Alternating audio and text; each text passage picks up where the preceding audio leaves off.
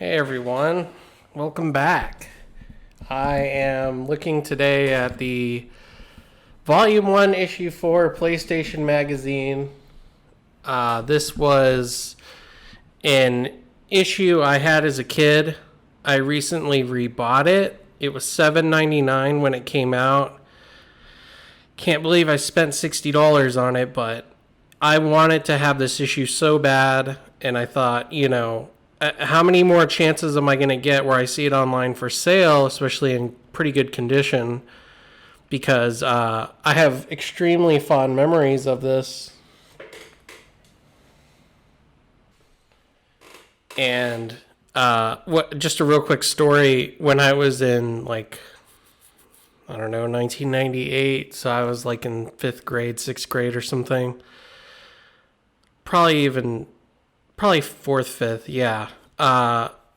This cover, I redrew it for an art show, and they put it out. I won the art show recreating this, and they put it out in the main hall, and pretty much all the teachers in the school hated it, and nobody believed I redrew it, too, because I didn't take credit for it as my art. I said I redrew a cover.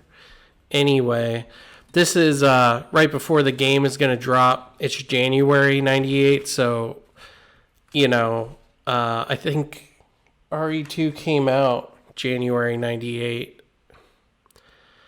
Wild 9, I think I played it. I actually recently looked up who did the art on this comic book art for the game, but I forget now. Sadly, G Police. Duke Nukem. Everyone knows Duke Nukem. Don't have time to play with myself. The art for this is pretty badass. Just a sea full of bullets. Recently beat Duke Nukem. Not 64, but the other one that's on PS4, I don't know. Pretty good games. I think I still prefer Doom, but they were pretty damn good games for the time. Colony Wars still around. Contents. I mean, if you think about it, just so far, ads. A shit fuck ton of ads so far. That's all these magazines ended up being, is just ads. Another ad, Need for Speed Rally, didn't play it. Lara Croft gets a comic book. This was Top Cow, and I don't know, it was drawn by Michael Turner. I don't know if Silvestri got a stab at it, because that was also, Witchblade was his creation? I don't remember. I didn't read any of them. Glasstron coming to the States. I think now you can see there's certainly VR going around, what's considered VR today. This probably looked like shit back in the day. I can only imagine.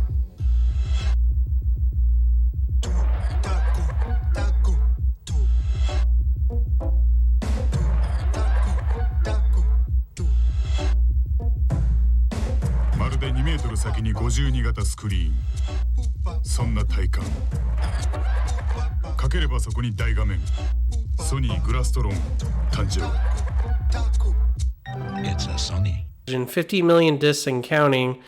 Sony recently reached a milestone by pressing its 50 millionth PlayStation disc. The combination of 35 million PlayStation games and countless sampler discs have helped Sony crank out the big production numbers. Final Fantasy VII had the honors of being the game that put them over the hump, which, hey man, if it was going to be any game, that makes sense.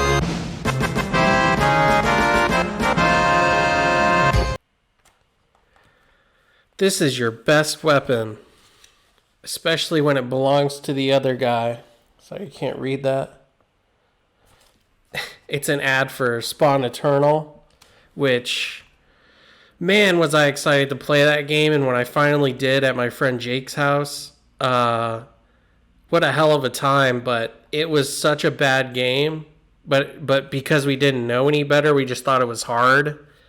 And I remember loving playing as Medieval Spawn, but I always kept asking, like, where's this cape at? Why is it not out?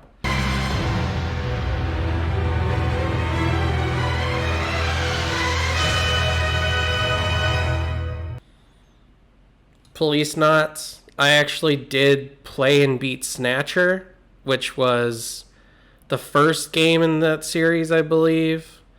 And it was made by Hideo Kojima. Sega CD.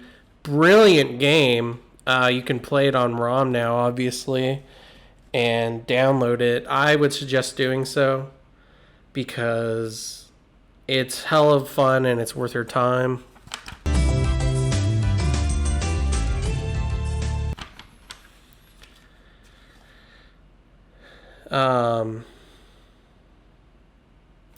This is interesting. So somebody was writing in saying the Japanese art in the Castlevania 1997 issue of PlayStation Magazine. I bought Symphony of the Night, and let me tell you, they did not scrap the Japanese cover art. And this is how stupid things were back then. You had to write in a letter to correct them. Your words are as empty as your soul. Mankind ill needs a savior such as you. When you open up the case and take the disc out, you will find that under the disc is the original Castlevania Symphony of the Night Japanese cover art. All they did was move it to the inside part of the case and not on the cover. Either way, whether it's on the inside or the outside, it still looks cool. And it does. When I saw this, I thought this was Capullo art, Greg Capullo. It says something else here, like it almost says something Lee, Jai Lee, and Liquid. Liquid.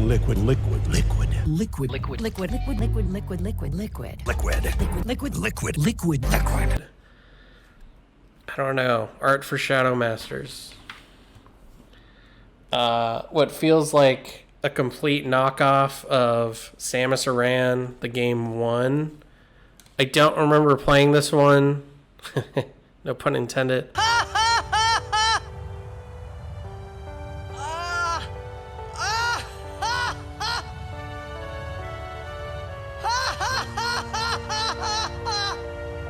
You probably shouldn't laugh anymore. But it looks fun. Maybe it was a piece of trash. Let me know in the comments. I don't know. I'm considering going back and playing it. Curious. Top 20 games for PlayStation. Number 1, Final Fantasy VII. Is anyone fucking surprised? Number 2, this is getting your kicks. NFL Game Day 98. It had to be a sports game, right? Number 5, Resident Evil Director's Cut. And this is interesting. In spite of bad press and customer dissatisfaction, Director's Cut jumps a surprising 5 slots, proving that gamers just can't get enough of The Walking Dead. This is... some of these aren't surprising, like Crash Bandicoot, Bushido Blade. This is bullshit. Number 8, Mortal Kombat Mythology Sub-Zero. No. Abe's Odyssey, great game. Jet Moto, fun. Symphony of the Night. Nuclear Strike, I played that on Sega. I can't believe it made it to PS1. Never played Lost World. More sports games. Marvel Superheroes was a fun time. I played Tekken 3, not Tekken... Well, I played Tekken 2 in the arcade. Nightmare Creatures was a hella fun game. Twisted Metal 2, of course, that had to be on there. And Croc. So 10 Most Wanted, very interesting. Metal Gear Solid is number 1. Metal Gear, the Metal Gear. Metal Gear, Metal Gear. Metal Gear, Metal Gear, Metal Gear. Metal Gear, Metal Gear. Metal Gear, Metal Gear, Metal Gear. Metal Gear, Metal Gear. Metal Gear, Metal Gear. Metal Gear, Metal Gear. So it hadn't come out yet? I don't remember when it came out, but I guess it hadn't. So everyone wanted that game. Like I went to the mall with a friend and tried to purchase it We were $5 short, so we asked people for change for like a couple hours. Got the $5 extra that we needed, and then they told us, "Oh yeah, it's a mature game. You have to have your parent with you." So we called my friend's mom, who came to the mall. I think this was Babbage's or EB Games. Bought it for us, and we went home and played the hell out of it. And like I stayed over there for 2-3 nights. I don't know. It was crazy. Final Fantasy 1 through 4, that will eventually come to PS1. Some of these other ones don't really care, but yeah, they come. It's just around the corner. Reserve your copy today. The terrifying sequel to last year's best PlayStation game overall, January 1998. Will you survive the horror? Beautiful ad by Capcom. Just the bee's knees. In this case, the licker's knees. These PlayStation games suck so bad for wrestling. If you wanted to play a good wrestling game, it was on the 64. WCW vs. NWO and WCW vs. NWO Revenge. I had both of them. Great games. These ones, not so much. I played them at a friend's. Couldn't get into them.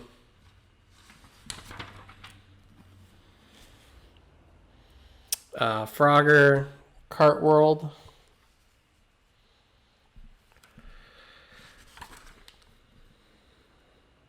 Demo disc. So I'm guessing this is what came on the demo disc for this magazine. Final Fantasy Tactics. Geez, I wonder how long that was. It's probably the tutorial. Spawn Eternal, garbage. Pandemonium 2, garbage. Gex. I mean, it's a 3D platformer or whatever. More adage. This was a big ad in all the gaming magazines I remember growing up in the 90s. Hold on, I'm taking off my shoes here. This was for Critical Depth. I don't remember playing it, but I remember this ad very much. Kiss the Abyss, baby. Ah, fucker.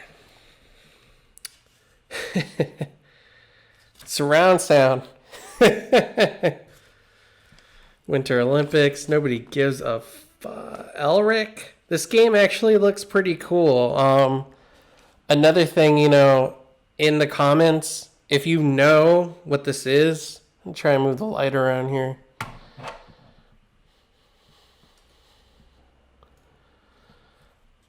If you know if this is a good game, let me know. It actually looks pretty badass. I love the art style and the isometric look of it. Top-down view. Never played it, though. Vigilante 8, The Poor Man's Twisted Metal. I played it once, didn't like it. Maybe it's better than I remember. I don't know. Alondra, didn't play it. Looks cool, though. Fox Soccer. Basically Sony's Power Glove. I love the Power Glove. It's so bad. Oh my god, we're gonna get to this later. There's this review that they have in this magazine of Masters of Terrace Cassie. Oh boy, we're gonna get to this. Just hang on. Cool ad though. I remember this ad. Game Shark. There was always hot girls in magazines at this point, even if it was Wizard Magazine, Toy Fair. You always had some babes doing something cool in a magazine. Klonoa, don't know it. NBA in the Zone 98 was the only sports game I had. I think it was this one on N64 too. I think it came to 60, or it was something in the Zone 98 or something. It was an awful game. Played it with my dad all the time. Broken Sword. This game actually got ported to the Wii later. I didn't play it though. I should. Intelligent Cube. Extremely difficult game.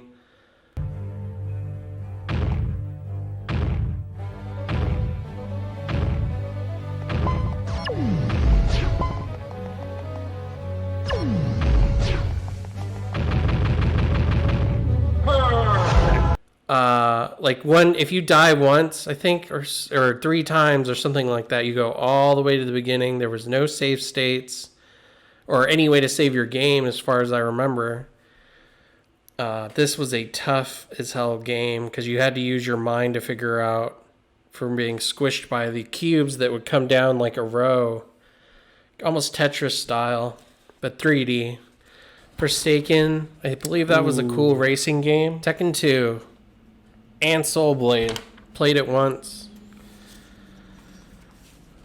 Warzone, my friends had this. One of the things that I believe separated Warzone from like the Nitro games, the WCW games. DualShock was coming. Get this. For the controllers. You could fade colors. Final Fantasy VII Arrange soundtrack. Bushido Blade 2. Trust me, we're getting to the main ad here. Felony 1179. Never played it. Reviews. Tomb Raider 2. 4 out of 5 discs. Traverse the foothills of Tibet saddled on a snowmobile. I gotta be honest. I played the first Tomb Raider. Got pretty far in it. I don't remember if I beat it, but the one I had was the Legacy of Darkness or Tomb of Darkness or whatever it was. I think it was the 4th game in the series or something. That was the one I had for my PS1, and I rarely played it. Honestly, every guy was just trying to like move the camera to look at Claire's boobs really close. We were kids. Just barely gonna hit puberty. Titillation was hard to find back in the 90s. Because you weren't able to like check out rated R movies. Your parents had to okay them and blah blah blah. Anyway, I'm sure it was a great game. Ghost in the Shell. I remember people being pissed about this game. It got 4 out of 5 discs, but you played as the, what are they called? Tamakachis. The things here, the robots that like jump around. I never got to play it. It was always checked out when I tried to get it at my local Blockbuster. But I'm surprised they're rating it so high. But then again, I shouldn't be because of what comes later. Spawn the Eternal 2 out of 5, which, yeah, it was garbage. Garbage fighting system, garbage everything. Man, there's a lot of Colony Wars fucking ads and stuff in here. Let's see. Good for $10 off Colony Wars at Sears. Mega Man X4, 3 out of 5. I can't remember if X4s were started going downhill or if I was X5. But where is Dr. Wily? That's a good question. We may be able to locate another energy emission from the radar room. When we find that meteor, we'll find Dr. Wily. Alundra, this game I actually put already on a list. I'm considering going back to it. It looks really good. Like a classic top-down, maybe like Legend of Zelda Link's Awakening. 4.5 out of 5. I dig it. Parappa the Rapper, man. Everyone had this. You don't remember? Kick. Punch. Kick, punch, it's all in the mind. If you wanna test me, I'm sure you'll find the things I'll teach ya. Sure to beat ya. Nevertheless, you'll get a lesson from teacher. It was an incredibly hard game from what I remember. You had to time the moves with the buttons on your controller. The first, Dance Dance Revolution type game of its kind. You had to follow the rhythm. Classic. Oh my god, here we go. Okay. It's a guilty pleasure. Yeah, right. So this is 100% a review that somebody's too much of a Star Wars fan that they're not being objective about the game, and they BS this review. Pros, it's a Star Wars game. See, already off to a bad start. Some nice looking combos and throws. That's not true. Perfect sound effects. Arguable. Cons, sluggish controls. Questionable AI. Some may take issue with the tracking projectile attacks, which is one of its biggest flaws.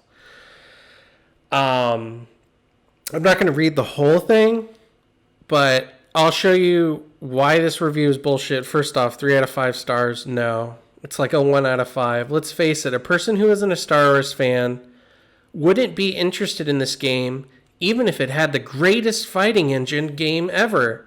And the engine isn't that bad in my opinion. The use of the familiar characters and setting outweighs most of the problems.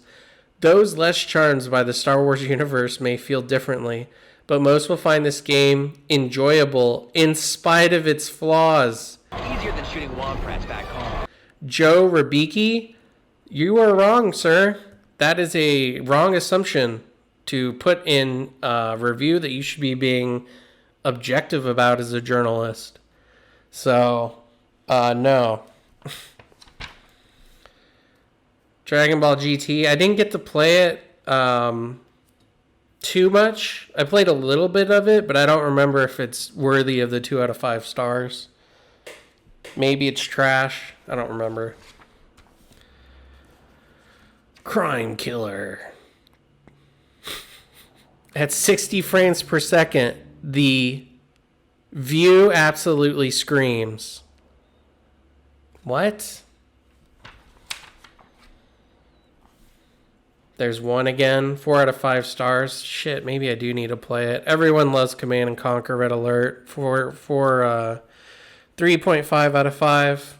No surprise there.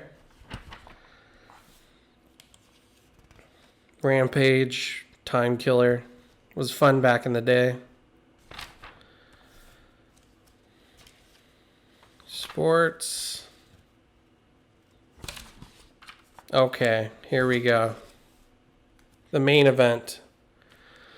While I read this, I will put a video of what I'm talking about over it, so you're just not seeing this. And we'll see how that goes. Also, in this video, I'm going to insert clips of other things like art from these panels.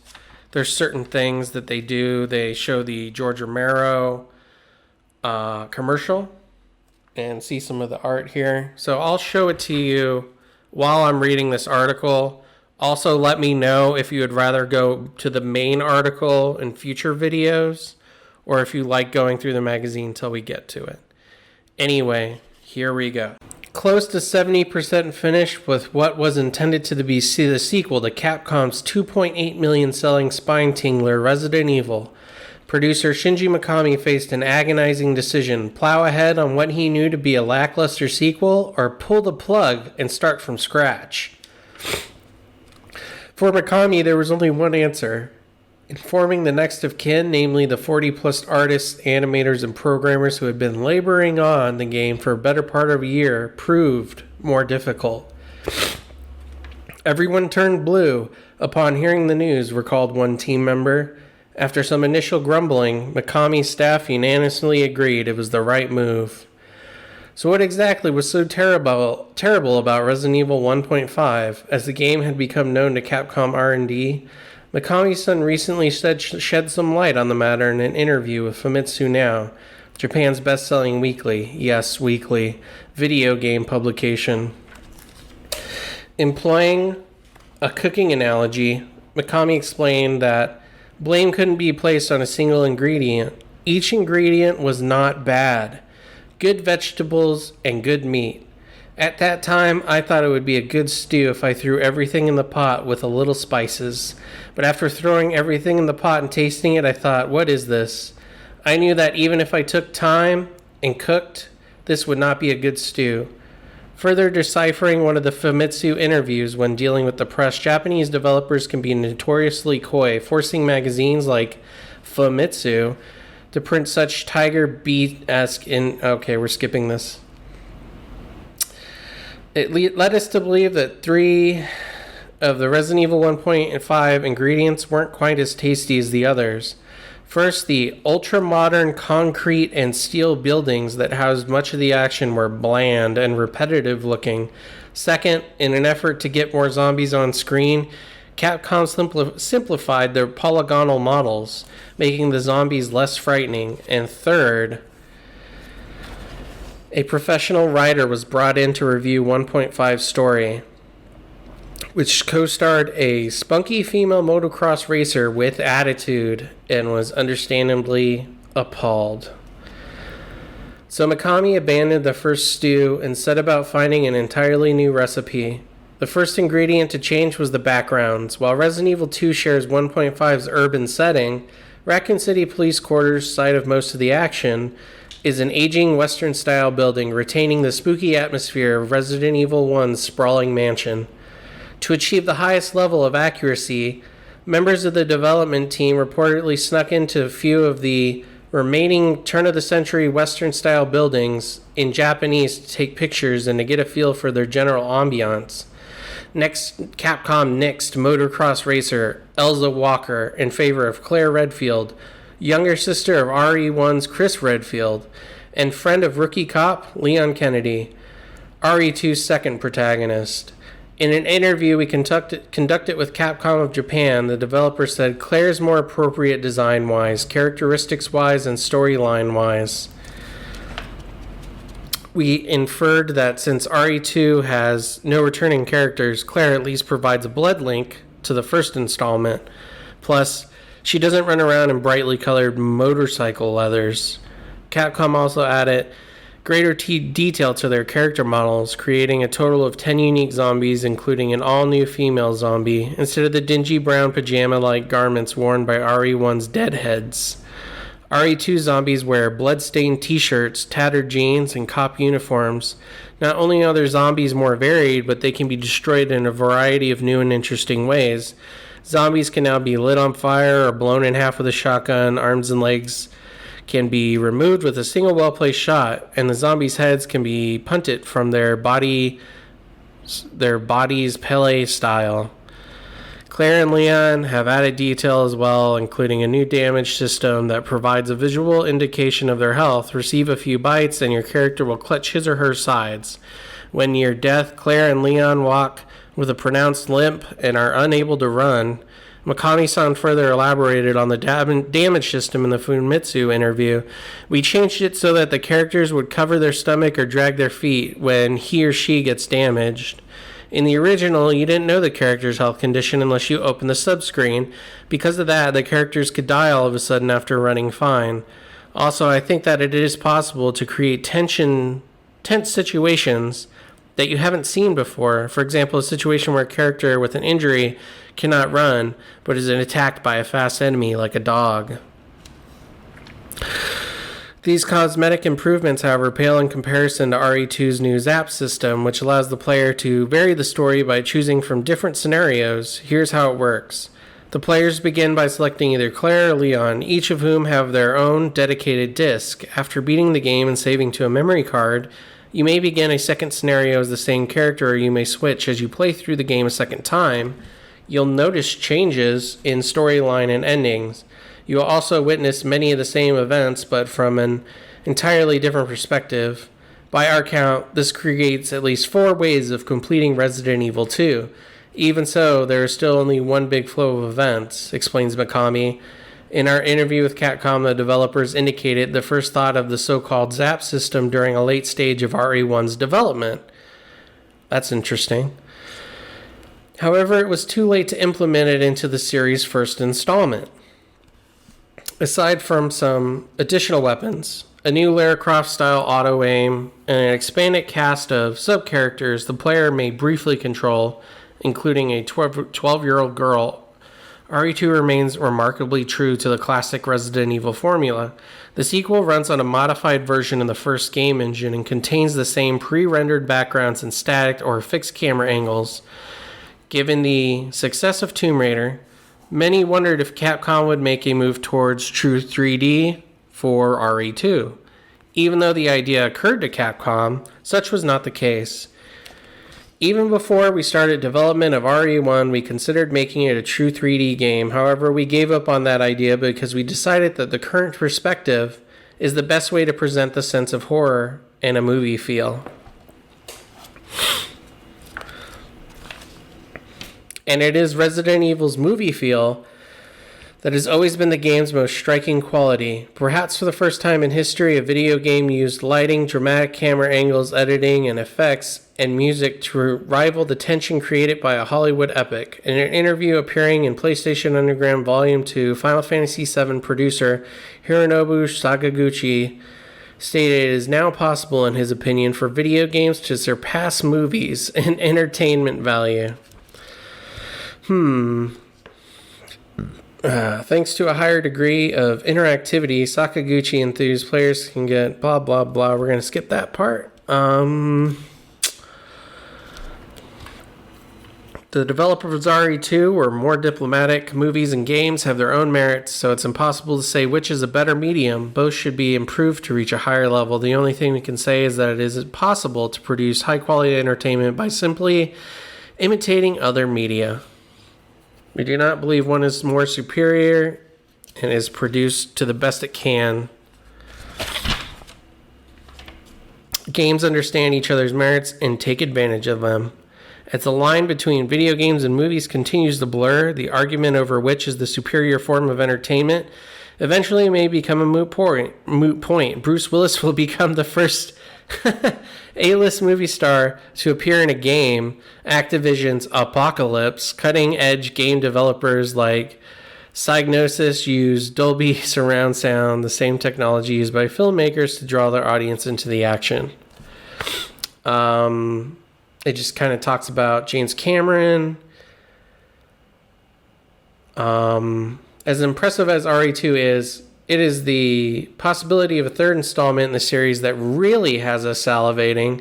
When asking about RE3, Capcom was characteristically tight-lipped, stating only that they would consider additional installments if RE2 becomes a big seller.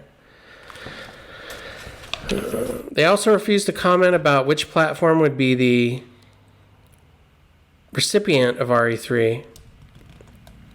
Resident Evil's memory hog backgrounds in cinemas make the N64 an unlikely candidate, but you can never really count out the big N. Boy, was that not a true statement, because that is actually how I ended up playing RE2.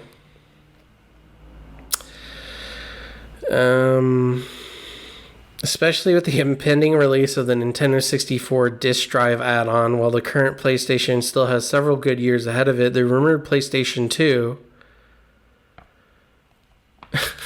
or PlayStation 64 or whatever Sony ends up calling it offers more intriguing possibilities.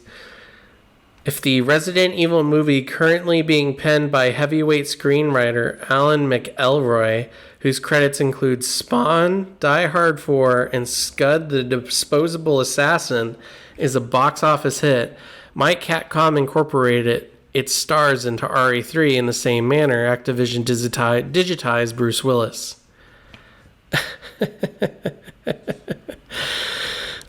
Could a big-name Hollywood director such as George Romero or Sam Raimi be brought in to block key shots or video sequences? Given the continuing convergence of film and video games and the processing power of emerging game consoles, the possibilities are almost as scary as the residents of Raccoon City.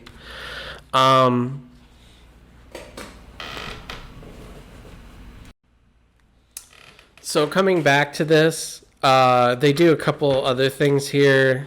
They go into 1.5's development and you know, just how the zombie cops are different here in these screenshots, which they actually have screenshots of, and they show, you know, how that game kind of would have looked. Must Scream TV. George Romero directing the commercial here for Resident Evil 2, which is still just a remarkable piece of work. You know, I'll show it here, obviously.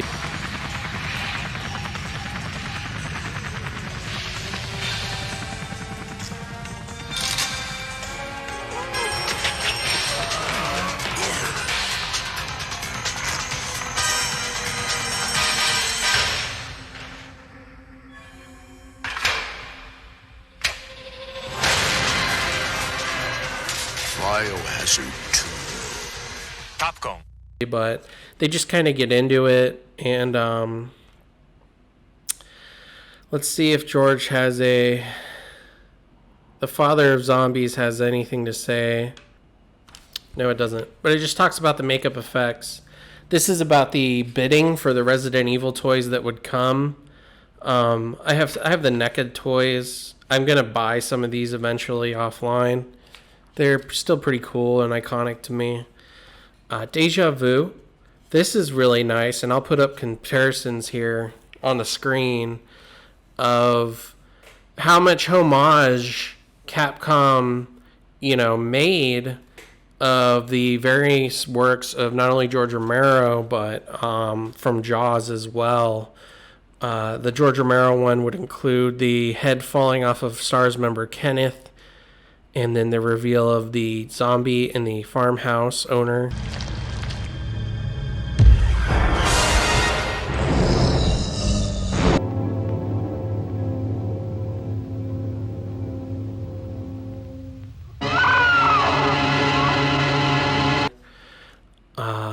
You know, hands coming through the boards in RE2, and then Night of the Living Dead, where they have the boards there trying to keep the dead out.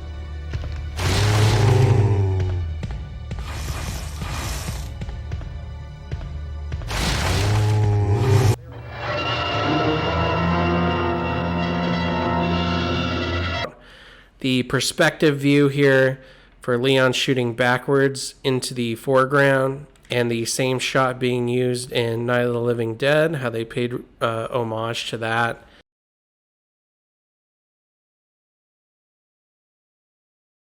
And then the gator in the sewers when you use the one-hit shot, clearly in homage to the one-hit shot of Jaws eating the tank.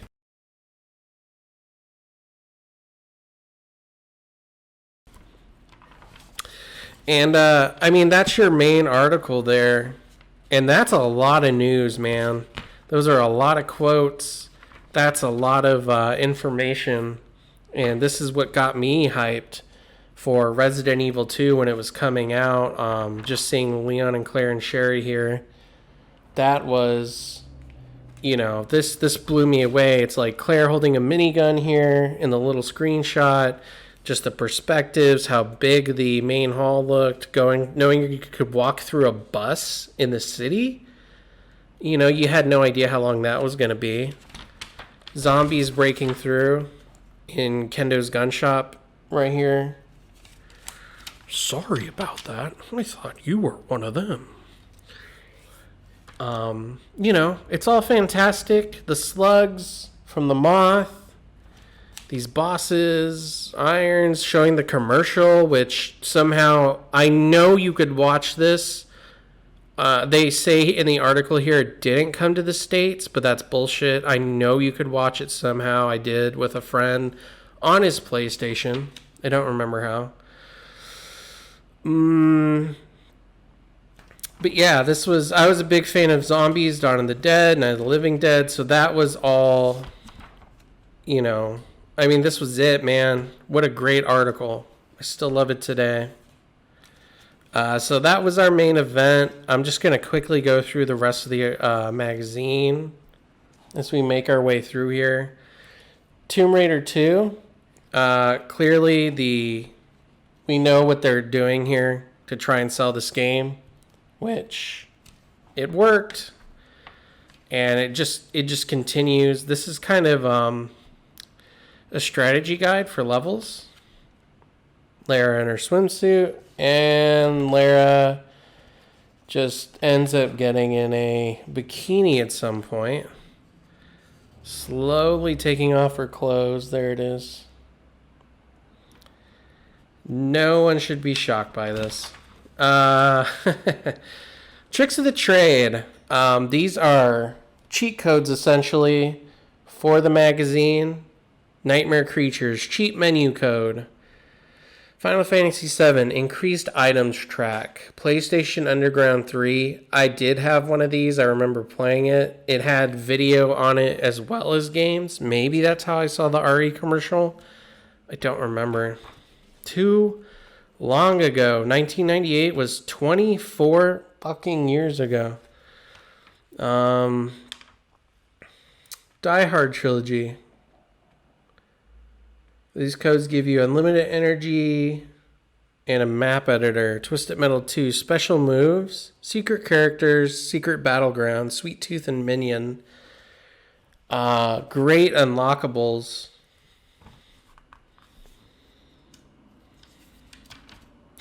Look at this. Portable DVD player on this chick here, right?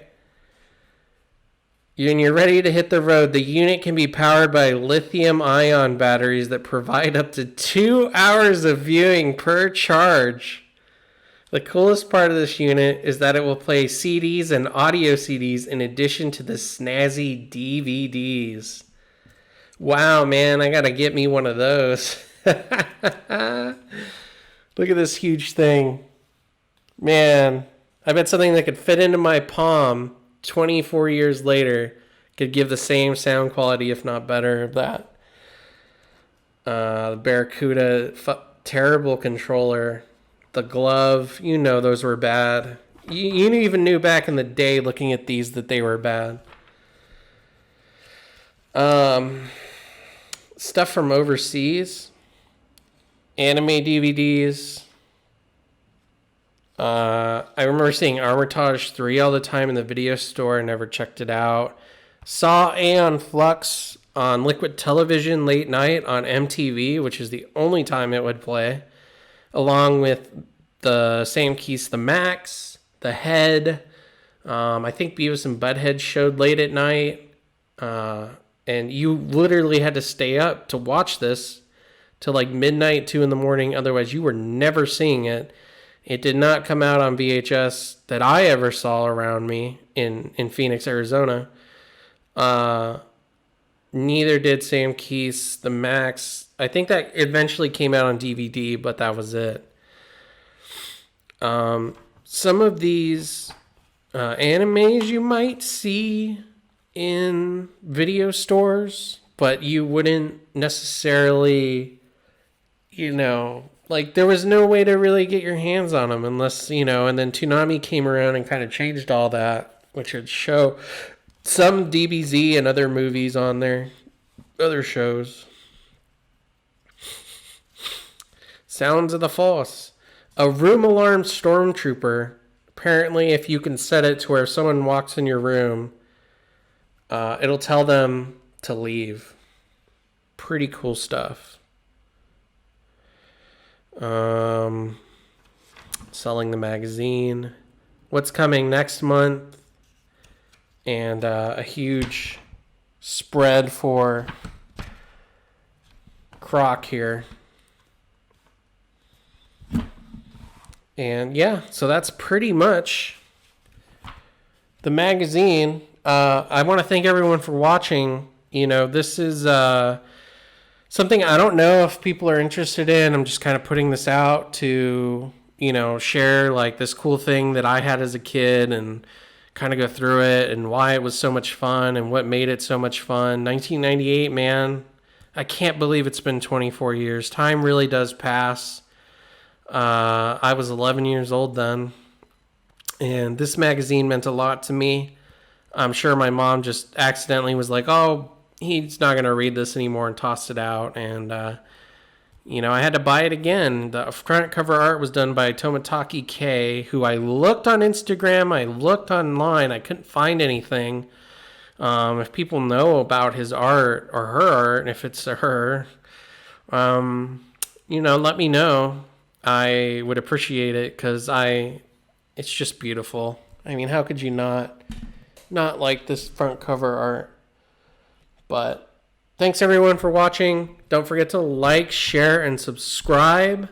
I'm 9 months into this channel. We went from 0 to almost 60 subscribers. That's, not a lot, but it's pretty good for, talking about comics and stuff. Anyway, I'm rambling. Thanks everyone for watching. Have a good night.